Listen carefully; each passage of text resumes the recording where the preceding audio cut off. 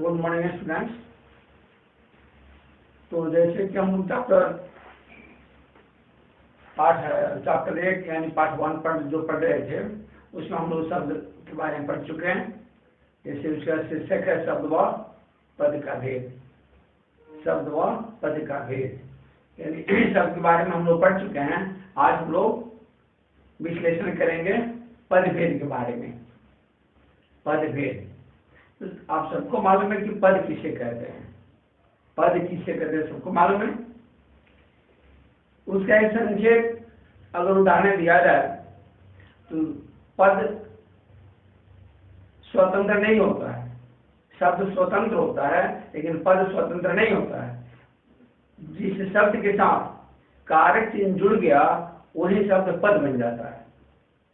ये इसकी अगर परिभाषा दी जाए तो यह संक्षिप्त परिभाषा है, लेकिन अगर इसी को थोड़ा विश्लेषण कर दिया जाए तो वाक्य में प्रयुक्त शब्दों को ही पद कहते हैं। वाक्य में प्रयुक्त जो शब्द होते हैं वही सब पद बन जाते हैं।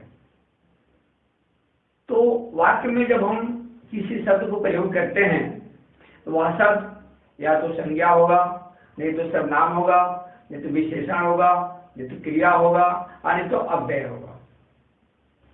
इन्हीं 5 में से ही वह कोई शब्द होगा। तो पद का जो भेद हम पढ़ने जा रहे हैं, पद के 5 भेद होते हैं। पद के 5 भेद होते हैं। हम लोग शुरू करते हैं संज्ञा पद, सर्वनाम पद, विशेषण पद, क्रिया पद और अव्यय पद। अब जैसे मान लीजिए कि हम अव्यय जो पढ़ने जा रहे हैं तो अव्यय किसे कहते हैं, पहले इस पर थोड़ा हम चर्चा कर लें। अव्यय किसे कहते हैं। व्यय एक शब्द है जिसको विलोम करने के लिए और का प्रयोग किया गया है। व्यय एक शब्द है जिसको विलोम करने के लिए और का प्रयोग किया गया है। जैसे धर्म एक शब्द है और उसको विलोम करने के लिए और लगाया जाता है तो क्या बन जाता है, अधर्म। वैसे ही व्यय एक शब्द है और उसको विलोम करने के लिए और का प्रयोग किया गया है तो क्या बन गया, अव्यय। तो व्यय का मतलब होता है परिवर्तन। व्यय का मतलब होता है खर्च। मान लीजिए कोई पिताजी हैं, उनके 3 बच्चे हैं। तीनों बच्चों को क्या किए, 100 का नोट दे दिए। तीनों बच्चों के पास 100 का नोट हो गया। वे तीनों बच्चे मार्केट में गए और एक बच्चा जो क्या किया कि वह किसी होटल में गया और उसमें से 60 रुपये का नाश्ता कर लिया, एंजॉय कर लिया। उसके पास पैकेट में कितना बचा, मात्र से 40 रुपया। एक बच्चा जो है वो क्या किया कि सोचा कि आज पिताजी पैसा दिए हैं तो उस 100 रुपया का कोई कलम खरीद लिया, या कोई बिजनेसमैन बचा है कोई सामान ऐसा कर लिया और ले जाकर फिर मार्केट में उसको 125 रुपये दिया। तो उसके पैकेट में अब 100 का कितना हो गया, 125। एक बच्चा का 100 का कितना हुआ, अब उसके पैकेट में मात्र शेष बच गया 40। लेकिन एक जो तीसरा बच्चा है वो क्या किया कि मार्केट में गया, पूरा मार्केट घूम लिया, लेकिन न वो अपने खाने में खर्च किया और न कोई वस्तु ही खरीदने में खर्च किया पैसा।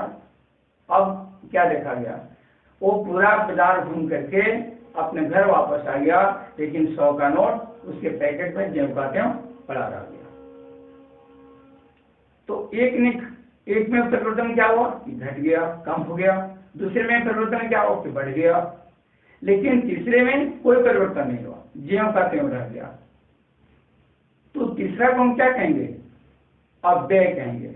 जिसमें कोई परिवर्तन नहीं होता उसे क्या कहते हैं, अव्यय कहते हैं।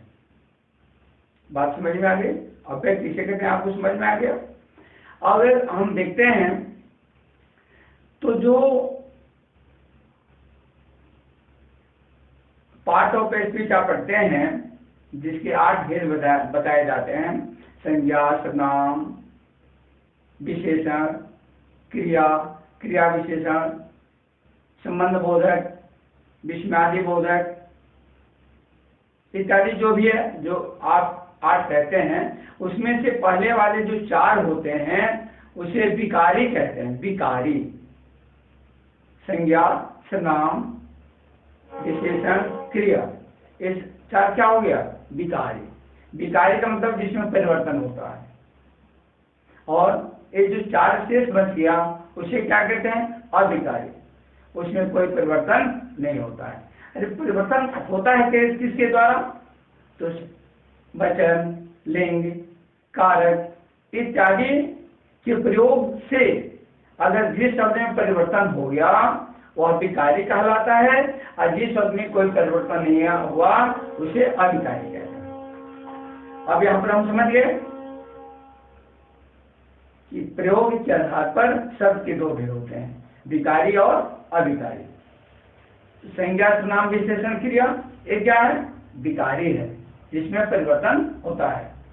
और उसके बाद वाले जो चार हैं, जैसे क्रिया विशेषण, संबंध बोधक, विस्मयादि बोधक और समुच्चय बोधक, ये जो चार हो गए, ये क्या है? अविकारी, जिसमें परिवर्तन नहीं होता है। अब हम देखते हैं, अब एक एक करके हम इस पांचों को हम विश्लेषण करके पढ़ते जाएंगे। सबसे पहले रहता है कि हिंदी में 5 प्रकार के पद होते हैं, जो मैं अभी बता चुका हूं आपको। ये 5 प्रकार के कौन कौन हैं? संज्ञा, सर्वनाम, विशेषण, क्रिया और अव्यय। अव्यय में 4 आ गए, तो केवल हम अव्यय कहेंगे। इस ऐसे पद के कितने भेद हो गए? 5। अब हम पांचों को थोड़ा विस्तार करके पढ़ लें। सबसे पहली बात है, हम संज्ञा पढ़ने जा रहे हैं। संज्ञा किसे कहते हैं? सबको मालूम है। किसी व्यक्ति, वस्तु, स्थान या भाव को हम संज्ञा कहते हैं। हम संज्ञा कहते हैं, ठीक है। अब रहा संज्ञा के कितने भेद होते हैं? तो संज्ञा के 5 भेद होते हैं। सबसे पहला व्यक्तिवाचक संज्ञा, 2 में जातिवाचक संज्ञा, 3 में द्रव्यवाचक संज्ञा, 4 में समूहवाचक संज्ञा और 5 में भाववाचक संज्ञा। लेकिन आज के विद्वान जो हैं वे संज्ञा के 3 ही भेद बताते हैं। आज के विद्वानों ने संज्ञा के 3 ही भेद बताते हैं। सबसे पहला भेद व्यक्तिवाचक संज्ञा, 2 में जातिवाचक संज्ञा और 3 में भाववाचक संज्ञा। जातिवाचक संज्ञा को ही 2 भेद बता दिए जाते हैं, एक द्रव्यवाचक संज्ञा हो गया और दूसरा समूहवाचक संज्ञा हो गया। पहले हम अलग अलग 5 भेद बताते थे। आज के विद्वानों ने क्या किया? उसको 3 भेद कर दिए, और जो जातिवाचक संज्ञा जो होता है उसके ही 2 भेद बता दिए जाते हैं। जातिवाचक संज्ञा कितने भेद हो गए? 2। कौन कौन? एक हो गया समूहवाचक संज्ञा, दूसरा हो गया द्रव्यवाचक संज्ञा। इस प्रकार से हम संज्ञा कितने भेद कर सकते हैं? इस प्रकार से संज्ञा के 3 भेद हो गए। इसलिए हम दोहराते हैं, व्यक्तिवाचक संज्ञा, जातिवाचक संज्ञा, भाववाचक संज्ञा। अब संज्ञा के भेदों का कुछ उदाहरण हम दे सकते हैं, आप उसका प्रयोग कर सकते हैं। जैसे मान लीजिए व्यक्तिवाचक संज्ञा में हम किसी व्यक्ति का नाम ले सकते हैं, जैसे हो गए महात्मा गांधी, जवाहरलाल नेहरू, डॉक्टर राजेंद्र प्रसाद। किसी स्थान का नाम जैसे दिल्ली, मद्रास, मुंबई इत्यादि। और भाव क्या कहते हैं? भाववाचक संज्ञा, जैसे मोटा, पतला, दुबला, बुढ़ा इत्यादि, बुढ़ापा इत्यादि जो शब्द हम प्रयोग करते हैं उसे भाववाचक संज्ञा कहते हैं। जातिवाचक संज्ञा को ही 2 भेदों में बांटा जाता है। अब जातिवाचक संज्ञा के बारे में आप कहेंगे तो जातिवाचक संज्ञा जिससे एक ही वस्तु के अनेक रूपों का प्रयोग होता है। जैसे हम गाय कहते हैं तो गाय जातिवाचक संज्ञा है, इसलिए काली गाय, उजली गाय, देसी गाय, जर्सी गाय इत्यादि गाय का हम विश्लेषण करते जा रहे हैं। अब जैसे कुर्सी जातिवाचक संज्ञा है, लकड़ी का कुर्सी, प्लास्टिक का कुर्सी, लोहा का कुर्सी, यानी कुर्सी के भी कई रूप हो गए ना, इसलिए उसे हम जातिवाचक संज्ञा कहते हैं। उस जातिवाचक संज्ञा को ही हम 2 भेदों में बांटते हैं। सबसे पहला उसका भेद होता है द्रव्यवाचक संज्ञा, जिन संज्ञा शब्दों से किसी द्रव्य धातु का बोध उसे द्रव्यवाचक संज्ञा कहते हैं। जैसे मिट्टी, पीतल, दूध, घी इत्यादि। और दूसरा जो भेद हम पढ़ने जा रहे हैं, समूहवाचक संज्ञा। समूहवाचक संज्ञा जिससे किसी वस्तु का समूह का बोध हो। जैसे मान लीजिए चाबी का गुच्छा, जैसे बरगद कक्षा, जैसे भीड़, इन शब्दों का प्रयोग हम कब करते हैं तो समूहवाचक शब्दों के लिए करते हैं। जिस शब्द से समूह या समुदाय का बोध होता है उन्हें, जैसे सभा, भीड़, परिवार इत्यादि। अब हम भाववाचक का कुछ उदाहरण देखते हैं। जो शब्द किसी भाव, दशा, गुण, धर्म, अवस्था आदि का बोध कराते हैं उन्हें भाववाचक संज्ञा कहते हैं। जैसे सच्चाई, बचपना, मोटापा, शीतलता, ईमानदारी इत्यादि शब्दों का प्रयोग हम भाववाचक संज्ञा में करते हैं। अब हम पदभेद का दूसरा रूप पढ़ेंगे जिसका नाम है सर्वनाम। सर्वनाम किसे कहते हैं? जिस शब्द का प्रयोग हम संज्ञा के स्थान पर करते हैं, संज्ञा के स्थान पर प्रयोग किए जाने वाले शब्दों को हम सर्वनाम कहते हैं। जैसे मैं, हम, तू, आप इत्यादि ये शब्द क्या है? सर्वनाम है। अब हम सर्वनाम किसे कहते हैं मुझे मालूम हो गया। अब हम सर्वनाम के भेद पर जाएंगे।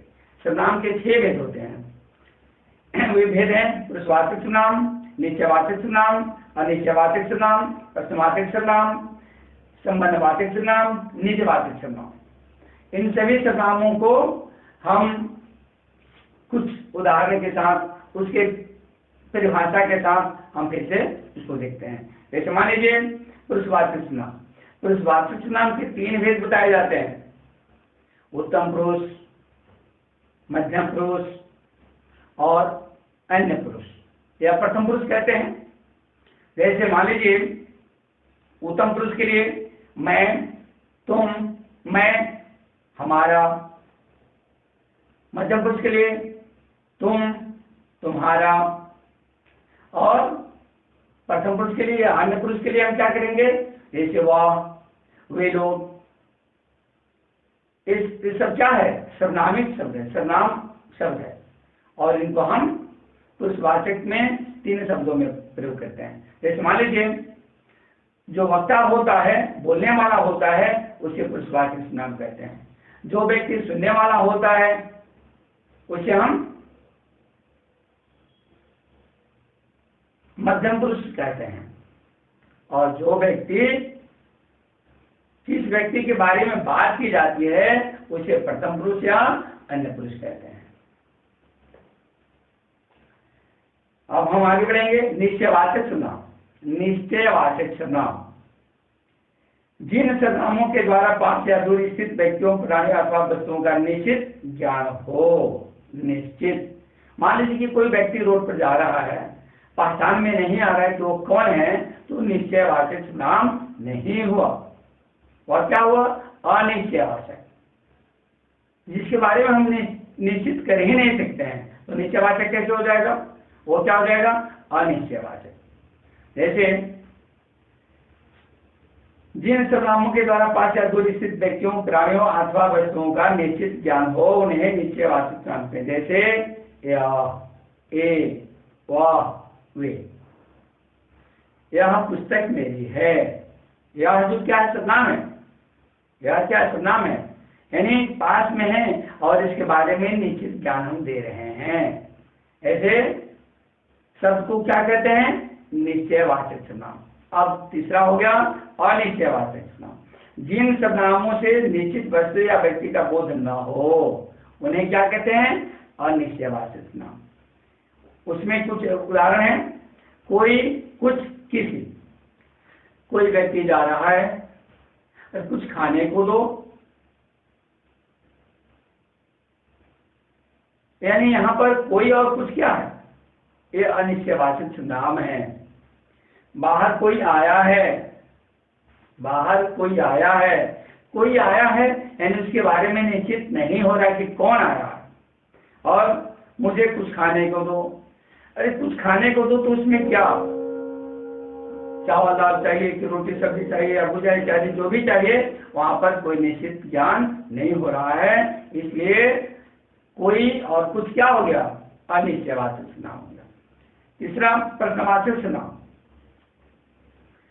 चौथा प्रश्नवाचक नाम, जिन सर्वनाम शब्दों का प्रयोग प्रश्न पूछने के लिए किया जाता है, प्रश्न पूछने के लिए किया जाता है, वैसे शब्द को हम प्रश्नवाचक नाम कहते हैं। जैसे कुछ उदाहरण हैं, दरवाजे पर कौन खड़ा है, कौन क्या हो गया, प्रश्नवाचक सर्वनाम हो गया। तुम्हारे हाथ में क्या है, क्या कौन सा शब्द है, प्रश्नवाचक सर्वनाम। अब हो गया पांचवा भेद हम पढ़ने जा रहे हैं, संबंधवाचक सर्वनाम। जिससे संबंध का बोध हो, एक दूसरे से संबंध का बोध हो, वैसे शब्दों को हम संबंधवाचक नाम कहते हैं। जैसे जो करेगा सो भरेगा, जो और सो एक दूसरे से संबंधित है, ऐसे नाम को संबंधवाचक नाम कहते हैं। जिसकी लाठी उसकी भैंस, जिसकी और उसकी क्या है, संबंधवाचक सर्वनाम। निजवाचक सर्वनाम, जिस सर्वनाम का प्रयोग खुद अपने लिए किया जाता है, स्वयं अपने लिए किया जाता है, उसे हम निजवाचक नाम कहते हैं। जैसे आप, अपना, स्वयं, खुद इत्यादि जो शब्द हैं, इन शब्दों को हम निजवाचक नाम में प्रयोग करते हैं। इस प्रकार हम सर्वनाम के कितने भेद पढ़ लिए, सर्वनाम के 6 भेद होता है। फिर इसको हम 6 भेदों का नाम ले लेते हैं। तो स्वाचक नाम, निश्चयवाचक नाम, अनिश्चयवाचक नाम, प्रश्नवाचक नाम, संबंधवाचक नाम और अंत में हो गया निजवाचक नाम। छात्रों, इस वीडियो को ध्यान से देखें, शेयर करें और इस चैनल को सब्सक्राइब करें। धन्यवाद।